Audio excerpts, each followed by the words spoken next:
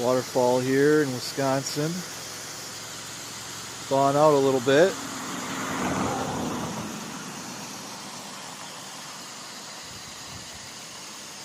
You see the ice sheets there on the side. Used to be an old mill here, dates back to 1860s. Waterfall here in Wisconsin. Thawing out a little bit.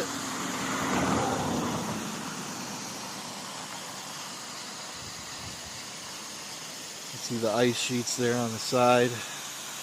Used to be an old mill here, dates back to 1860s.